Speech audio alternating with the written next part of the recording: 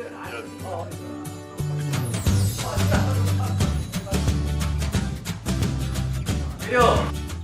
찍어.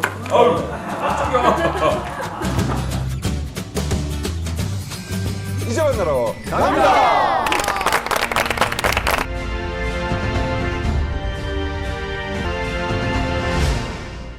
안녕하세요. 평화통일을 통해서 인사드리게 됐습니다. 저는 개그맨 남희석이고요. 지금 탈북민들하고 이제 만나러 갑니다를 13년째 진행하고 있는 진행자입니다. 처음에는 대한민국에 살고 계신 분 중에 북에 고향이 있으신 분들, 실향민을 만나는 프로그램으로 시작을 했습니다. 근데 첫 해가 현미 선생님이셨고요.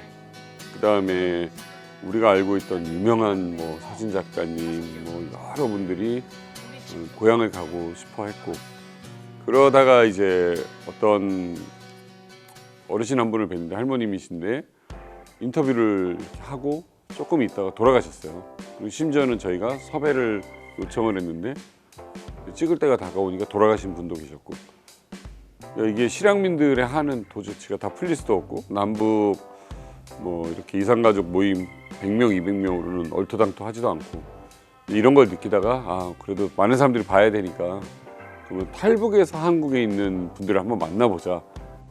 저는 그랬어요. 제가 원하는 거는 북에서 오신 분들이 알고 봤더니 우리 주변에 너무 많은 거예요. 그러니까 저는 어렸을 때부터 전철우 형을 보고 이제 살았잖아요.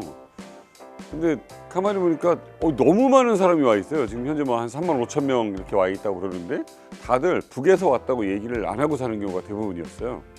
그냥 강원도가 고향이에요. 아니면은 중국 동포예요. 이렇게 얘기들 하고 살더라고요. 그래서 이건 좀 아닌 것 같다. 북한은 사람 사는 곳이고 또 우리와 똑같은 진짜 서민적인 마음을 가지고 있는 분들이 많은데 우리가 맨날 지금 미사일 얘기, 핵 이야기만 하고 있으니 그러면 이들이 사는 얘기를 한번 해보자 라고 해서 시작됐습니다. 지금도 가슴이 아파요. 지금은 이제 시사 프로처럼 이렇게 형태를 바꿨지만 굉장히 긴 시간 동안 이렇게 많은 탈북민들하고 얘기를 나눴는데 가장 마음 아픈 건 그거죠. 우리 가족이 보고 싶어요. 명절에 나는 아무 데도 가지 못해요. 편지 한 장이라도 주고받았으면 좋겠어요. 이 사람들의 한이 풀리지 못한다는 게 가장 저는 마음이 아파요. 그리고 장마당에서 살았던 이야기, 또 실제로 우리 이성주 군이나 여러 사람들은 다 꽃제비 생활을 하다가 온 사람들. 이순실 씨 같은 분은 탈북하다가 그 피부치 어린아이를 택시를 나눠 타라고 그래서 나눠 탔는데 그냥 도망가 버린 거예요. 아직도 딸을 못 만나고 있는 거예요. 아주 긴 시간.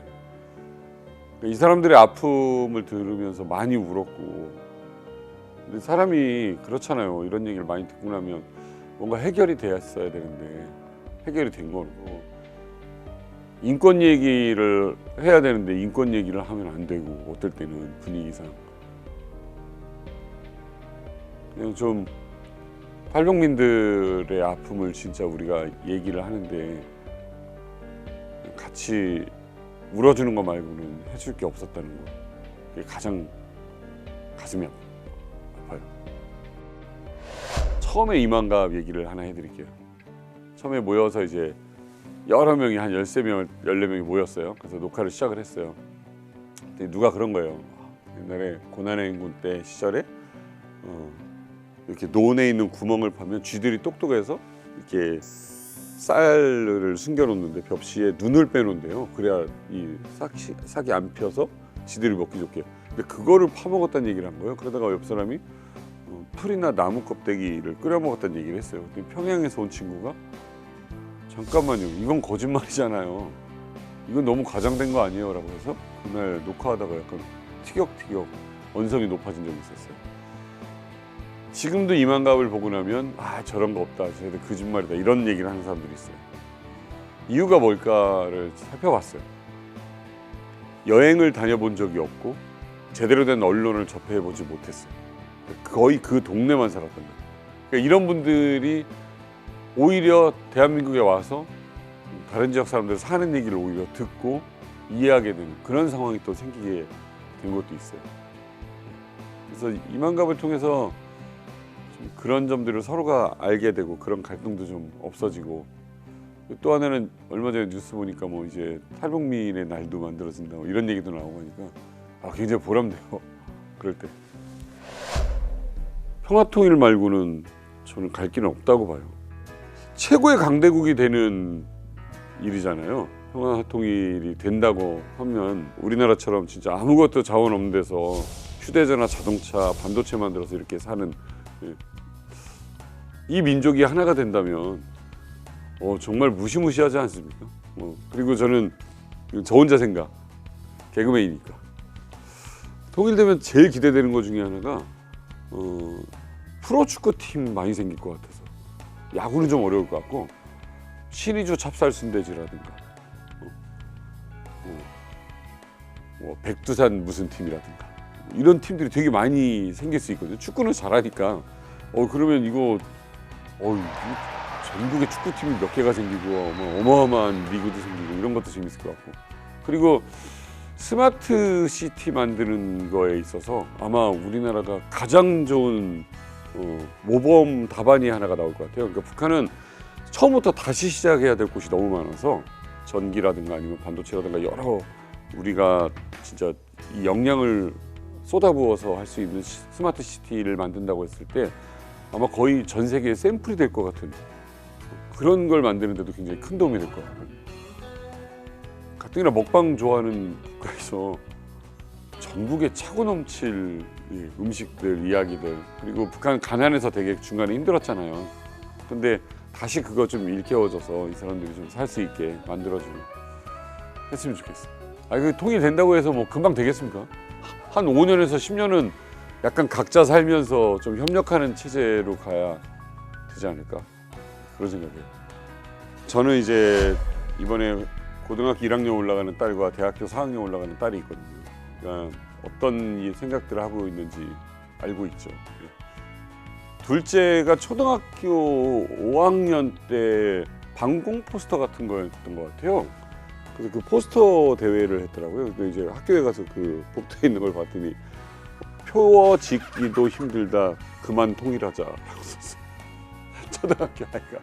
그러니까 자기들도 매번 하면서 이 숙제 좀 안 했으면 좋겠는데 통일 좀 이제 했으면 좋겠다 이런 얘기 하더라고요. 근데 뭐 젊은 사람들이 뭐 통일을 원치 않는다라고 해서 많이들 좀 이렇게 개탄하고 뭐 이러는데 결국 그 마음도 바뀔 거라고 봐요.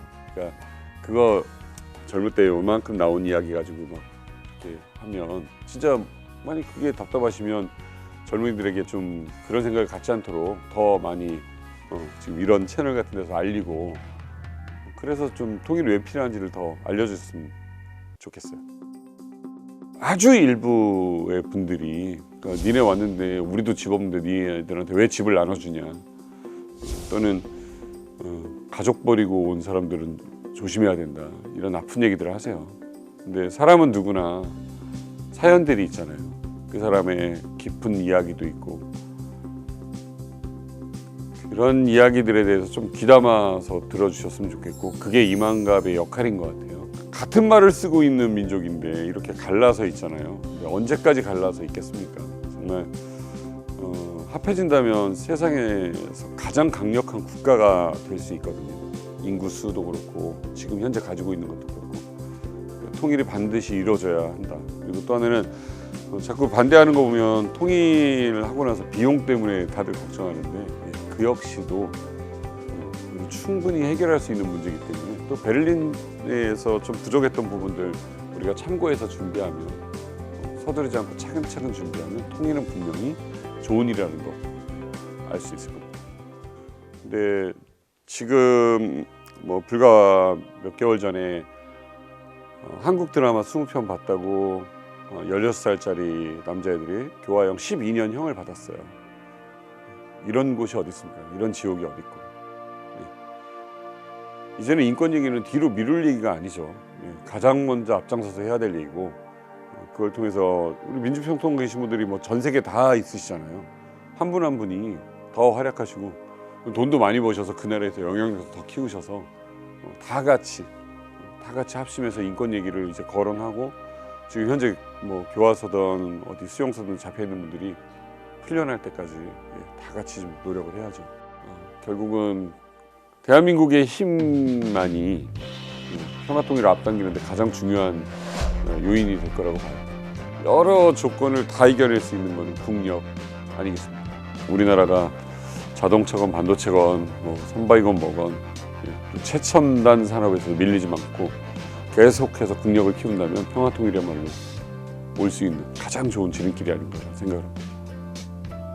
끝까지 우리가 다 같이 관심을 갖고 좀 민주평통도 응원해드리고 또 민주평통의 수많은 분들께서 대한민국 끝까지 응원해주시고 또 간혹가다 감시도 해주시고 따끔한 이야기도 해주시는 그런 민주평통이 되었으면 합니다. 여러분 좋은 일 많이 생기시고 이렇게 웃으세요.